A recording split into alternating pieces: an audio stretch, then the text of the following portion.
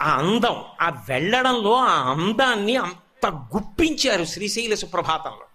అందుకే అది చదువుతున్నప్పుడు మొదట స్వామికి మేలుకొలుపు పలుకుతున్నాం అన్నప్పుడు ఆ సౌమ్యత, ఆ అందం అలా నడవాలి. అందుకే నామములను గుదిగుచ్చేటప్పుడు ఎక్కడా ఉచ్చరించడంలో కష్టపడవలసిన అవసరాన్ని తీసుకురాల. శంభో సురేంద్రనుత శంకర శూలపాణి, అందులో శకారం అంతా తిరిగింది. ఆ శకారం బాగా తిరగడంలో ఏమవుతుందంటే శాబ్దిక సౌందర్యం, గొప్ప అందము ఆవిష్కృతమవుతుంది. చదువుతున్నప్పుడు మీకే ఒక సంతోషంగా ఉంటుంది. శంభో సురేంద్రనుత శంకర శూలపాణి చంద్రావతం శివ శర్వ పినాకపాణి గంగాధర క్రతుపతే గరుడధ్వజాప్త శ్రీమల్లికార్జున విభో తవ సుప్రభాతం అనండి.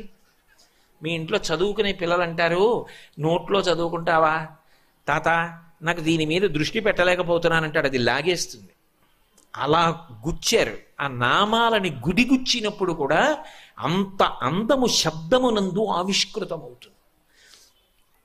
ఇక దానిలో మీరు రమించగలిగితే ఏ ఒక్క శ్లోకం చెప్పినా, ఒక్క నామం చెప్పినా, ఒక పాదం చెప్పినా మీ మనసు మల్లికార్జున లింగం దగ్గరికి వెళ్ళిపోతుంది. మీరు బాహ్యంలో ఎక్కడుంటే ఏమంటే, నా ఉద్దేశ్యం ఇంట్లో ఉండిపోయినా శ్రీశైలంలో లేనివారు మీరేం కాదు, మీరు శ్రీశైలంలోనే ఉన్నారు. సుప్రభాతం తెల్లవారుజామున మిమ్మల్ని మల్లికార్జున లింగం దగ్గరికి, భ్రమరాంబ దగ్గరికి తీసుకురాగలదు. అదొక యోగ విద్యలండి. అందుకే శంభో సురేంద్రనుత శంకర శూలపాణి. శూలపాణి అంటే చేతిలో త్రిశూలం పట్టుకున్నాడు.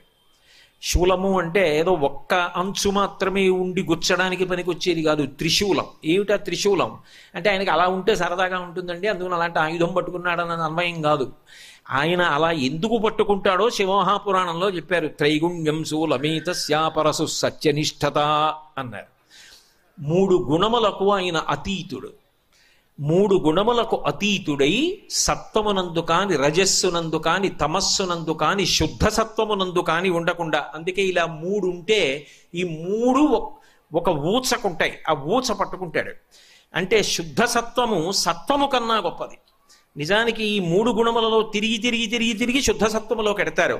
శుద్ధ సత్వము కూడా ఎవరి చేతిలో ఉన్నదంటే ఆయన చేతిలో ఉన్నది. ఆ స్థితికి మూడిటిని 4టిని దాటి ఎప్పుడు తనలో తాను రమిస్తూ ఉండగలిగినటువంటి గొప్ప స్థితి ఆయనది. అందుకే ఆయనకు ఒక విచిత్రమైన పేరుంది, ఉన్మత్త శేఖరాయ నమః. పిచ్చివాడు ఏం చేస్తాడు, వాడికి బాహ్యంలో భయమే ఉండదు.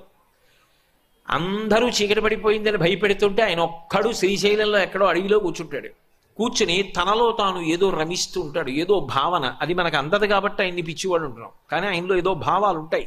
ఆయన ఏదో ఆలోచిస్తూ ఉంటాడు, ఏమిటో నవ్వుకుంటూ ఉంటాడు, ఏమిటో అరుస్తూ ఉంటాడు. శివుడు కూడా తనలో తాను రమిస్తూ ఉంటాడు. శివభక్తి పండినటువంటి వాళ్ళు ఆ స్థితికే వెళ్ళిపోతారు. అందుకే మహానుభావులు చంద్రశేఖర భారతీ మహాస్వామి శృంగగిరి పీఠాధిపత్యం వహించారు. వారు చంద్రమౌళీశ్వరారాధన చేస్తూ ఓం నిధనపతయే నమః అంటే ఇలా బిలవదళం వేసేవారు. ఓం నిధనపతాంతికాయ నమః ఇంకో దళం వేసేవారు. అంతే, చెయ్యి అలా ఉండిపోయి అలాగే ఉండిపోయేవారు. ఈయన సమాధి స్థితిలో వెళ్ళిపోయారు, ఇక పూజ చెయ్యరని చెప్పి శిష్యులు వచ్చి సంకల కింద చేతులేసి ఎత్తి తీసుకెళ్ళిపోయి గురునివాసంలో కూర్చోబెట్టేవారు. అంతే, 10 రోజులో 11 రోజులు ఆ సమాధి స్థితిలో అలాగే ఉండేవారు.